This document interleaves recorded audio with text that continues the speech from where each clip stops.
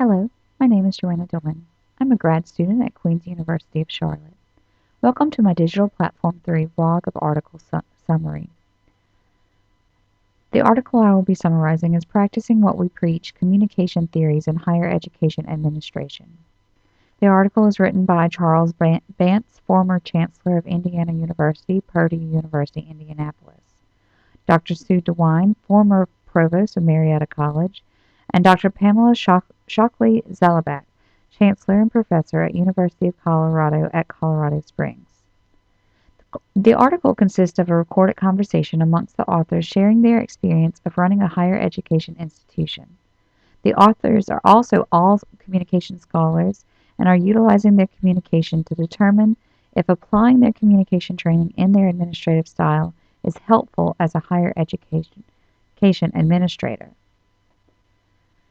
When asked the question, in your roles as provost and chancellor, what are the communication principles you think you use the most? The scholars discuss several theories, principles, and concepts. The first being Eric Einsberg's strategic ambiguity theory. The administrators presented situations involving salaries and budget in which strategic ambiguity was applied to facilitate organizational change. It was discussed that although at times difficult to adhere, it was agreed ambiguity is a necessary strategic move. Second, Howell and Borman's audience analysis concept was discussed. The administrators provided examples in which an audience analysis assisted them speaking with diverse groups. It's important to be selective on the information provided in order to make an informed decision. Providing too much information or unnecessary information can cause confusion.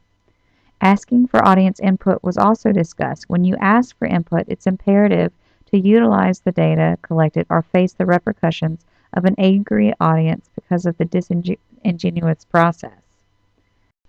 The discussion of audience analysis led into a discussion about organizational culture and the importance of understanding your organization's culture when making decisions and communicating. The administrators discussed how one should learn about the culture. One administrator utilized Rennes Likard's opinion leaders concept, in which key leaders are identified who will solicit information and then in turn disseminate information that the leader wants made available. Another discussed culture informants, who can tell a leader about an area that they normally don't have access to. In his case, it was a medical school. Next, the system theories of Daniel Katz and Robert Kahn and Carl Wick were discussed as an administrator's way of thinking of organizational and how it's framed, an organizational culture and how it's framed. The following topic was change processes, specifically diffusion of innovation. How would an administrator identify early adopters, and if you want to change process, how would an administrator get those early adopters to buy in and serve as mentors for others? Repeated messages and consistency were principles discussed. One administrator provided an example regarding the former president of Arizona State University, Laddie Cora, who, after a year of coming on board as president administration went back through his speeches, and in every single speech, undergraduate education was the first priority. By repeating the message and being consistent, it shows the audience you're not backing off. Another administrator provided an example of budget reductions. This is often a high topic in higher education. Open forums, discussion groups with the Dean's Council, Faculty Assembly, Classified Staff Council, and Unclassified Staff Organization, and students were engaged to identify what is the need. Choices were presented on how the budget reduction situation would be handled. Of course, it was all well communicated that the administrator would make the final decision on the issue. That calibration assisted with the buy-in needed to make the difficult choices. Next, Gail Fairhurst's reframing concept was found to be helpful in change process situations. By reframing, the administrator was able to present the budget reduction in a new light. For example, instead of saying, "Isn't it awful we're going to have to make cuts?" the message is, "How can we realize revenue in interesting ways that we haven't done before, and how can we pull together in order to make some cost savings so that we can protect jobs?" Reframing the issue in such a way that people can buy in. As the discussion turned to conflict management, administrators discussed that at times it is necessary to leave someone behind. At times, higher education moves so slowly and is so cumbersome that administration would never get anything accomplished if they always had to wait for a full consensus. Therefore, it was decided that understanding conflict management styles and appreciating that we each have different styles is critical. Instruments used to identify people with different conflict strategies and approaches makes administrators sensitive to others' differences, be more flexible and adaptable to the maturity level of the followers. The next topic discussed was group processes. The trio reviewed the stages of group development: norming, storming, and performing. The scholars found it helpful just understanding that a group will go through a stage of conflict and disruption before they can focus on getting the task done. Limiting a group size was also discussed. Large groups were found to be difficult to work with and hardly ever got the work accomplished successfully. The conversation then turned to matters of difference and diversity. Examples of diversity with international cultures were provided. It was determined that communication scholars are able to recognize and be aware that differences are valuable and important to administrators in education. Another issue that administrators explored was crisis communication.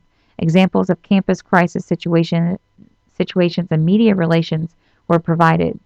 The discussion then centered around tips for dealing with a crisis. For example, leadership presence, not just in front of the camera, but in front of the students, faculty, and staff, is imperative.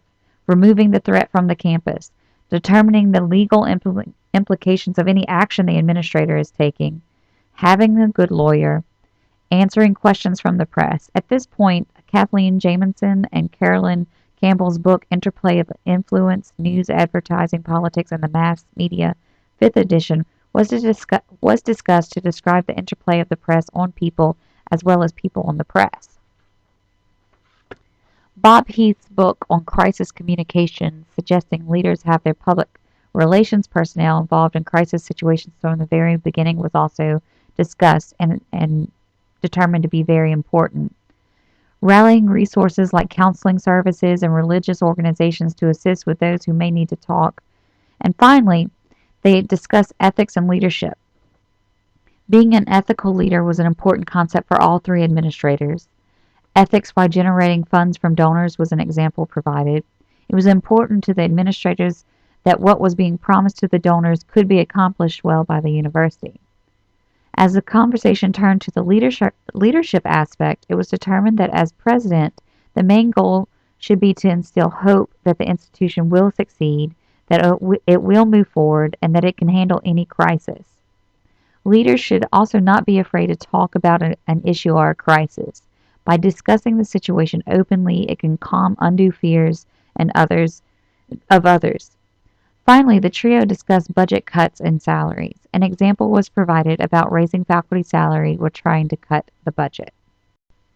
In concluding the article, the administrators asked themselves, so how does communication training help administrators succeed? Those theories of communication make administrators more vigilant about sending the right message and interpreting others' messages. In addition, it is hopeful communication training makes administrators sensitive to interpersonal conflicts before they escalate beyond repair. And finally, the knowledge of message construction enables better response in a crisis situation.